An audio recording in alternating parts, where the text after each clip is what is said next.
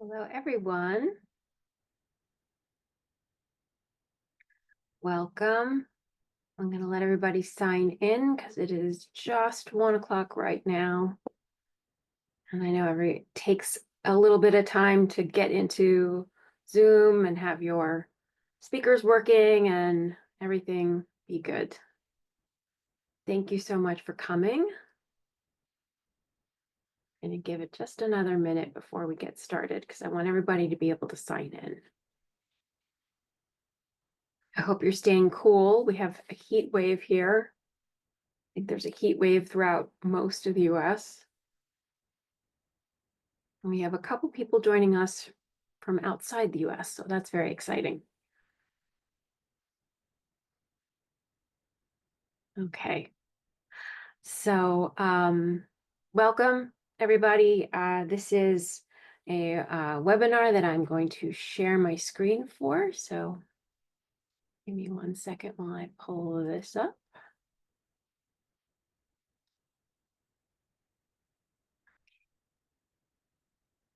Here we are. All right, so today is writing a good purchase order for beginners. And let me try and move the little screeny guy over. Okay. This is writing a good purchase order for beginners by myself, Heather McManus. I am the founder and CEO of the Designers Collaborative, and I can tell you a little bit more about that in a minute. So let's get going. All right, so who is this webinar for? This is for interior designers who are ready to source directly from vendors and improve their systems for better profitability and efficiency. So probably everyone here. So here's a little bit about me, humble brag time.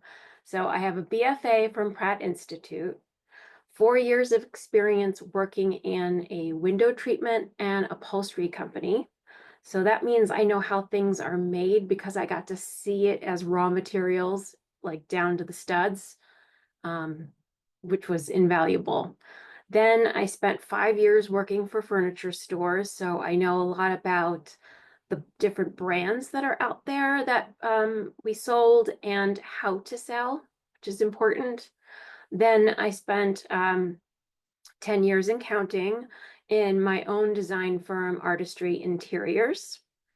I have been featured in magazines such as Traditional Home, Design NJ, and many more. I've starred on TV's Home Smarts 3 times. That was fun. I've been a guest on a well-designed podcast twice. I was episode number 1. That's huge bragging rights. And episode 357, and those are so old now. Because she's, that's years ago. And then I've written and published a book called Love Where You Live, Dream Homes Made Real, which you can find on Amazon. But the biggest accomplishment that I am the most proud of is creating the Designers Collaborative and helping interior designers to flourish with creative freedom and amazing profits. That's really been like fulfilling for me. So let's dive into our task. So what is a purchase order? A purchase order is also called a PO for short. It is a detailed offer to purchase products from a vendor. So I have heard this said by people, and so I put it in here. Can I just text or email my rep a picture to order? And people do this. So absolutely, if you don't mind making expensive mistakes. So I'm going to share a whole bunch of mistakes that I have seen happen over my years and hope that we avoid those things. So yeah, sure, you can just text a photo to a sales rep and he'll place that order for you, but it's very dangerous, and I'll show you why. So the power of a good PO is that it safeguards against making mistakes and miscommunications. A good PO is a legal document to make your intentions clear. It protects you and helps you avoid mistakes altogether. Unfortunately, we all make mistakes. It happens. And I will go on record saying poor communication is the root of most mistakes. Rushing or feeling you don't have time is the biggest mistake. So I don't know who said this, but it's be quick, but don't hurry. So that's a balancing act for sure. And then I loved this, so I added this slide. If you don't have time to do it right, what makes you think you have time to do it twice? Okay, so details matter, and I'm going to show you why. So let me show you how easy it is to order the wrong item if you don't have a good PO. One number difference gets you a different finish and a $5,000 mistake of a desk you didn't want. So this is an example of a Heckman desk. These are two different colors. You've got the Java finish, and I've blown up the SKU number. So the SKU number is the tiniest font, and these are screenshots from a website. The tiniest font is the SKU number, which is a long digit number. And then you have the executive L-shaped desk. Now they may have 3 or 4 of these with the same name, but what's different about them is the number. And that's really what you need to order from and put that on your purchase order. So you've got 79427 is Java finish, and 79407 is the driftwood finish. So I want you to notice that it's not even the last number on the SKU number that makes the different finish. It's the one before it. So the chances that your eye is going to catch it, it's not extremely obvious, and especially with such a long digit number. But it's a huge difference between a 2 and a 0 being Java or driftwood. So this is where the details matter. So what makes a good PO? Details. The more detailed information you write in the description, the more opportunity the recipient has to identify potential mistakes beforehand. So if the PO for that executive L-shaped desk listed the number 79427 that you don't want, but you had written driftwood finish that you do want, there's a good chance the vendor would catch this mistake in the finish and question you about that. Or send you the acknowledgement where you could catch the mistake. So there's 2 ways to catch this. One is having every little detail spelled out so that somebody on the receiving end catches it to begin with, or they don't catch it, they don't notice it, they're just going by the number and they send it back to you, but they list the Java finish when you wanted driftwood, and then you realize, ooh, since I have paid attention to the acknowledgement, I can catch this mistake before it happens. So this is an example of a purchase order, and a PO can be written as using something as simple as Excel or Word or any of the many, many softwares that help interior designers keep organized. So it does not have to be complicated. This example is something that I created in Excel. So it does not need to be a fancy software, but software can help you. The top portion tells the vendor who you are and where the product will ship to. The bottom portion tells the vendor what you are ordering. The top portion of the PO needs to include the PO name/number that you assign it. This is for you to keep track of in-house, information that helps you track stuff.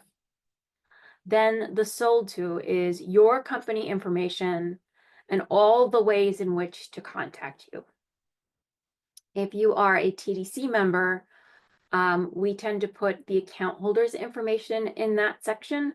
But when I get a PO from a member, I just change it to be my information because that's what your vendor needs to see. Then you've got your ship to. So this is the receiving warehouse that you designate who will inspect the furniture when it arrives and deliver it to your client's home. And it's important to include the receiver's phone number on the purchase order. So I've put that in green there. And the reason you want to do that is because they don't sit around all day waiting for other trucks to arrive. They could be, out of the warehouse that day doing deliveries and the truck arrives. So the two truck drivers or the truck driver and the receiver need to speak to each other so that they make an appointment. And you also don't want multiple trucks showing up at one receiver because that backs everybody up and jams them up. So they need a phone number for that reason. So I make a note of saying it and putting it in green so it's real clear. Okay, then the shipment method. 99% of the time, a vendor has a freight company they work with already, so you just let them use their preferred carrier, which is best for everyone. Chances are, they have an account with Sunbelt or Brooks or somebody like that, and they have usually special pricing that helps you out. And then other agreements, like if something gets damaged or is missing when it arrives somewhere, they have deals worked out to not make that such a mess. So whenever possible, you just want to write, best method. Your method is how you want to do it. Sometimes it's such a small company though, where they're new and they don't understand how to make that connection with a Brooks or a Sunbelt kind of freight carrier, and they will ask you who you want to ship it with. So if you're a TDC member, we have a whole list that you can go from and will help you figure out who will be best for your area. Okay, so now the bottom portion of the purchase order is dedicated to what you're ordering and needs to include the quantity, how many items you want to order. It seems obvious, but I see this get wrong on a lot of purchase orders where, you actually wanted two of something, but you just hit one, or you forgot to write quantity at all. So make sure you have the quantity. Then your description, the item number, and all the details. So all of the details you can imagine that would help someone catch a mistake is what you want to put in this description in the center part. And then lastly is the amount. So what that costs. And you want to figure that out so that no one plays any games and that it's going to cost, $11.25 for that chair and somebody doesn't decide that it should be more. So do put the amounts on there. It helps you, it helps them. Now I'm going to say one more thing about the description before we move on. So here I put the Etta chair 73 inches by 38 inches by 37 inches. Sorry, I am dyslexic, so forget when I reverse things. So standard comfort crown cushion, finished barley, fabric, blah, blah, blah, grade, blah, blah, blah, right? So all of these details are important. The Etta chair, I've put the number on there, but that could be the number to the sofa. or the love seat. There is probably a matching arm, back, and everything to that collection. So if I've written down 1893 as the chair, but that's actually the love seat, and then I wrote the word chair, but I also wrote how large that piece is supposed to be, the person on the receiving ends gets all of this information and they're like, that's the wrong number. I'm going to ask this designer what she really wants because this isn't lining up. So that's why you want to put as many details as you can. It is a safeguard against a mistake that could happen easily, like I showed you with the desk. One little number difference in a long line of numbers, and it's a different item. And once it ships to you, it's yours. That's it. You own it. Okay, so details make the difference. Be sure to include the item number, the item name, the finish name and number, the size of the product, fabrics and trims, and the placement of each. If you're getting complicated, it's best to do a little drawing and make arrows pointing to where what fabric goes so that they have a visual representation of what you want if you're getting really, fancy with multiple fabrics and trims. Any hardware if applicable, any nail heads if applicable, and the cushion fill type. The more details included, the better protected you are. And there is one more place for you to catch a potential mistake with your order before it's made, ships, and is yours forever. The vendor's acknowledgement of your purchase order. Acknowledgement is usually abbreviated to ACH. If you're ever seeing that on anything, that's what it means. It stands for acknowledgement. So it's a legal document from the vendor confirming their interpretation of the and receipt of your purchase order. And it's an agreement between you and the vendor. When you receive an acknowledgement, read through it, compare it against your original purchase order. Vendors send acknowledgements for this reason, for you to ensure that the vendor is providing exactly what you want. When discrepancies are found on the acknowledgement, reach out to the vendor and make corrections. If the acknowledgement is correct, you pay for it, and then it becomes an order. So this is a place where I see many people skim a little too fast. You want to take a little extra time and pay attention to what it's saying and make sure that you got exactly what it is that you want before they go ahead and make it and ship it. So this is an acknowledgement of the purchase order that I placed and showed you the example of earlier. So I check everything is accurate because there are no returns. Does it match what you wrote in your PO? Remember, details matter. Is it the correct finish, nail heads, fabrics, fill, etc.? And note on this particular example, we have the lead time is in this little box at the bottom of it. It says that they're going to charge the credit card on file for half down. This is many years ago. They don't do it like this anymore. So you can order Banks Cafe and it's due early April. So you have a lot of information on an acknowledgement. It's telling you all of the things that you're ordering, where it's going to ship to, who's ordering it, and sometimes even the lead time for you. You just want to make sure you go slow and careful to read that every single detail is what it is that you want. Okay. There are acknowledgements that come back from vendors with abbreviations. So confirm what they mean with the vendor. Don't hope for the best and assume the abbreviation means what you want it to mean, because there are no returns.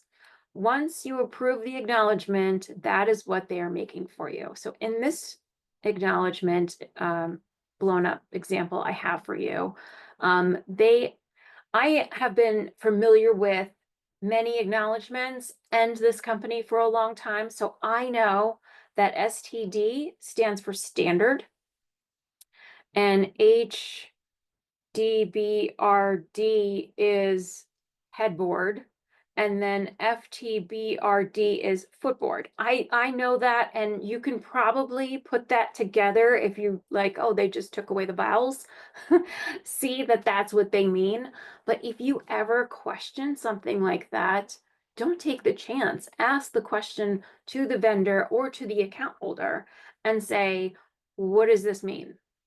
And then, because maybe you didn't want a low footboard, maybe you wanted the standard footboard or something. So you want to catch all these little details in the acknowledgement. You want to make sure that that is the exact knob that you wanted in the right finish. Maybe you wanted the silver and not the nickel. So all of these details are things that you check in the acknowledgement to make sure you're getting what you want. So a recap of the best practices. Take your time, no rushing. That's the biggest one. If you're taking your time and you're being careful, you're going to be okay. Include your receiver's phone number, an important detail. Include as many details in the description as you can, and then carefully check the acknowledgement from the vendor.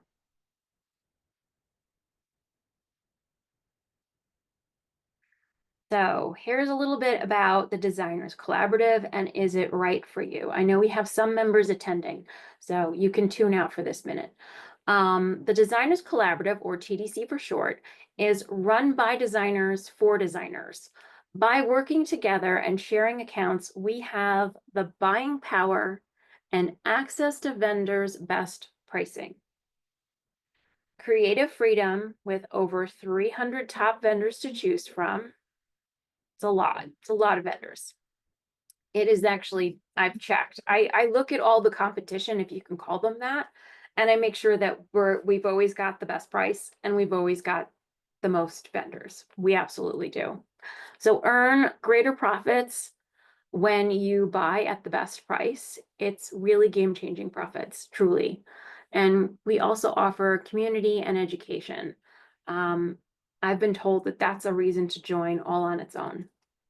So make the game-changing profits you deserve and join us. So this is our website, thedesignerscollaborative.com. There's lots of information on there and the application to join. So I personally vet everybody that comes in. So it may take a couple of days for us to, vet everyone and their resale certificates, but it is a fantastic group. If you are looking to up-level your purchasing power, this is the easy button. Okay, so now I'm going to take questions. So I will stop sharing my screen and see if anybody has any questions. There is a Q&A button at the bottom, and there's also the chat box. So if you have any questions about things, please put it in there. I'm happy to answer anything. This has also been recorded, so I can email it to everyone after, and you can, watch it again or share with friends or whatever you'd like. So, another thing I want to tell you about that, I see a lot being an account holder for the Designers Collaborative. So we had something happen recently where somebody went to order the same exact bar stool that they had placed with me, and they were rushing the order. And I mean, it was 2 months ago that she placed the first order, so I didn't catch it because I'm not paying attention to the details, right? It's not my job. I'm not the designer on this project. I'm just processing an order. So she asked about lead time, and I hadn't got the acknowledgement back yet from the company.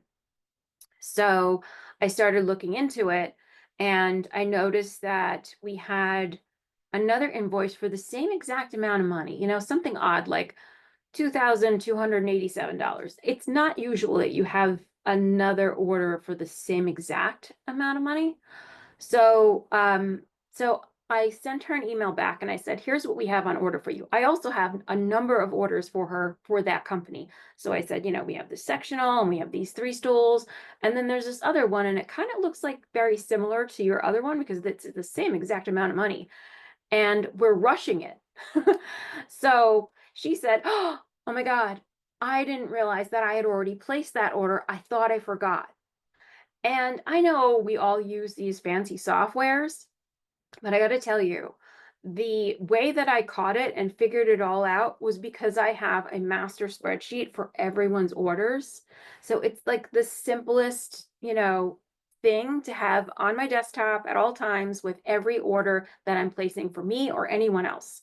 One spreadsheet to look at instead of complicated software, where you might miss something. So we did catch that we were able to cancel that order before it went through. But just so you know, keep yourself organized with a spreadsheet. Keep it on your desktop and like update it like crazy. Okay, we do have one question. I entered a few minutes late. Did you mention an easy way to name and number POs? I did not, so let's go over that now. So generally, if you're a member of the Designers Collaborative, and it's the name and number of a purchase order is really internal information that's going to help you get the like your brain in order for keeping track, right? So it could be a long number, like a date. It could be, today's date. It could be your name and the client's name. It could be lots of things. If you're a member of the Designers Collaborative, I try to put the ordering member's name on as many things as possible so that when your receiver gets it, they can put 2 and 2 together and know that it's for you. So I would recommend either your business name or your actual, your name if it's different from the business name, and a number. And that way you're keeping track of, like, this is the Jones project. You don't want them to be too long. Another thing I will tell you is that the computer systems that these vendors use to enter the information on their end, it's antiquated and they don't have enough spaces. Like, you can only put so many characters and letters and numbers into a purchase order number. And eventually that could even be dropped. So like a side mark, you would think a side mark is going to keep with that order and be on the shipment, and it just doesn't. So your purchase order is actually a good opportunity to put your name in there and a number, or maybe your name and the client name, whatever it is that makes it easy for you to keep track of that kind of thing. Okay, do we have any other questions? I could tell you story on story of different things where,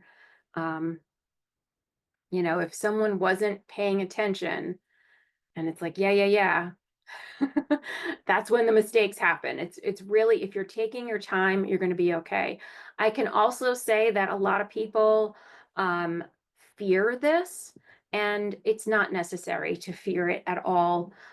Yes, mistakes can happen, but honestly, if you drive a car, mistakes can happen there too.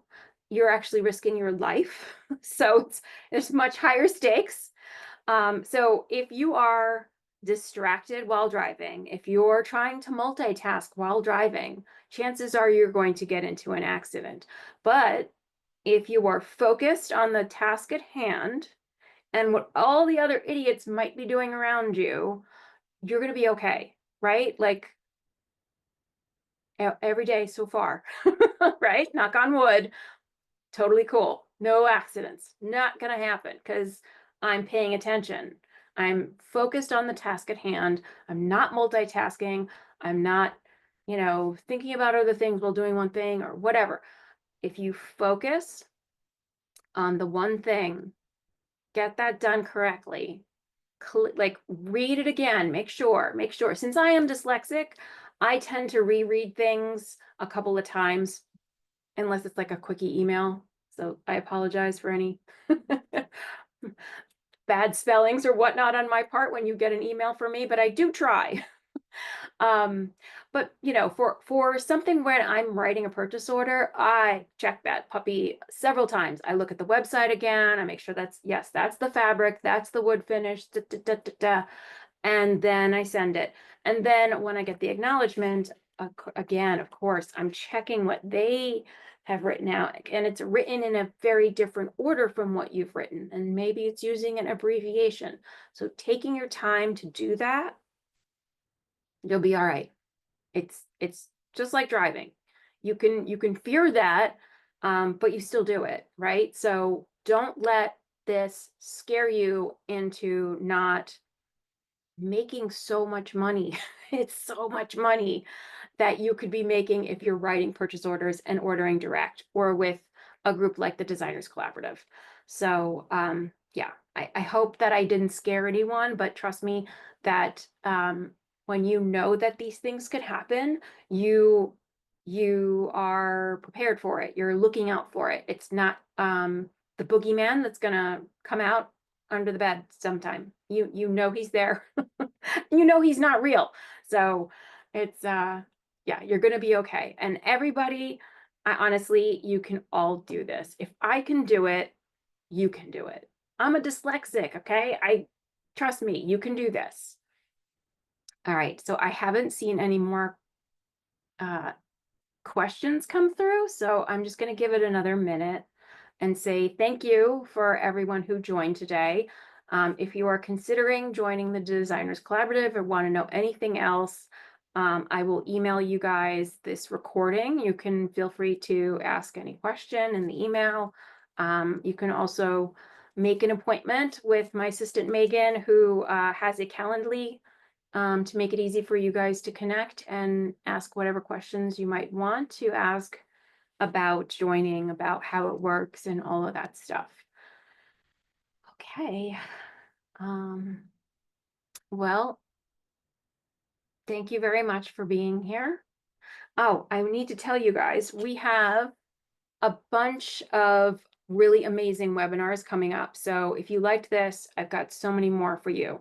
So July 24th, we are doing the pros and cons of using COM. And if you don't know, it's customers' own material. I think interior designers use a lot of COM, and I see a lot of things happen with it. So it's a very good webinar, very full of examples and what not to do, mistakes that I've seen, things like that. So that's on July 24th, pros and cons of using COM. We'll send out emails with the registration for that, and it's on Facebook. If you are following us, we're posting about these different webinars that we're doing. And then on July 30th, in conjunction with Design Spec, which is a software for interior designers, we are going to be doing a webinar called The 3 Secrets of Pricing Furniture for Success. I think a lot of designers struggle with how to mark things up, especially with the internet. So we go over the 3 secrets to profit pricing for success so that you do make good profits. And we will be doing webinars every single month for the rest of the year. So make sure that you check them out, and they're always going to be free. All right, I don't see any more questions coming through, so I will let you guys go. I hope you have a fantastic day and stay cool in this heat.